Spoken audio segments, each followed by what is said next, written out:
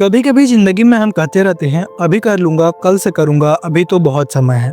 पर सच ये है कि यही छोटी सी छोटी आदत हमारे सपनों और मंजिलों को चुपचाप चुरा लेती है। आज की दुनिया में जहां सोशल मीडिया की एंडलेस स्क्रोलिंग, नोटिफिकेशंस की बारिश और डिस्ट्रैक्शन ही डिस्ट्रैक्शन है, वक्त कब गुजर जाता है पता ही नहीं चलता। लेकिन याद रखना, समय सिर्फ घड़ी की टिक टिक नहीं है। समय हमारा भविष्य गढ़ता है, हमारी तकदीर लिखता है। जो समय का सम्मान करता है वही ऊंचाइयों तक पहुंचता है, और जो इसे गवा देता है वो पछतावे की आग में जलता है। अगर आप नहीं चाहते कि जिंदगी के मौके आपके हाथ से निकल जाएं, तो ध्यान से सुनिए ये कहानी, क्योंकि ये सिर्फ कहानी नहीं है, ये एक चेतावनी है। एक गांव में एक लड़का रहता था, बेहद आलसी, हर काम टाल देता, अभी नहीं बाद में, आज नहीं कल।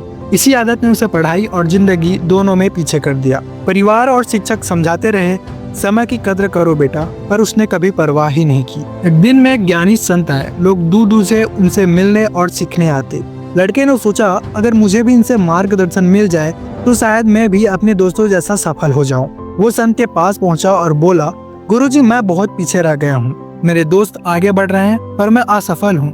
कृपया बताइए मैं क्या करूँ। संत मुस्कुराए और बोले, बेटा, तुम्हारी सबसे बड़ी समस्या ये है कि तुम समय की कद्र नहीं करते, काम को टालते रहते हो और यही तुम्हें पीछे खींच रहे। सुनो, मैं तुम्हें एक कहानी सुनाता हूँ। राजा और उसका आलसी मित्र। बहुत साल पहले एक दयालु राजा था।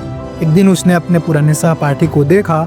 अब वो गरीब था, बेरोजगार था और समाज में उसकी कोई इज्जत नहीं बची। वो हर वक्त अपनी बदकिस्मती को दोष देता और दूसरों को जिम्मेदार ठहराता।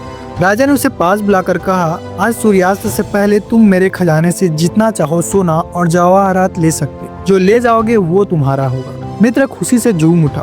वो घर भागा और पत्नी को खबर दी। पत्नी बोली, जल्दी जाओ और खजाना लेकर आओ। पर उसने कहा, पहले खाना खा लो, भूख लगी है। उसने धीरे धीरे खाना खाया, फिर नींद आ गई। सोचा थोड़ी देर सो लेता हूँ, अभी तो बहुत समय है। सोते सोते दोपहर हो गई। पत्नी ने जगाया तो गुस्से से बोला, अभी बहुत समय है। फिर चल पड़ा, लेकिन रास्ते में धूप लगी तो सोचा थोड़ी देर इस पेड़ के नीचे आराम कर लो, और दोबारा गहरी नींद में चला गया। जब आँख खुली, सूरज डूब चुका था। भागते हुए महल पहुंचा पर दरवाजे बंद हो चुके। मौका हाथ से निकल चुका था। वो पछतावे से भर गया, काश मैंने समय बर्बाद ना किया होता। कहानी खत्म हुई। लड़के की आंखें नम थी। उसने महसूस किया कि वो भी वही गलती कर रहा।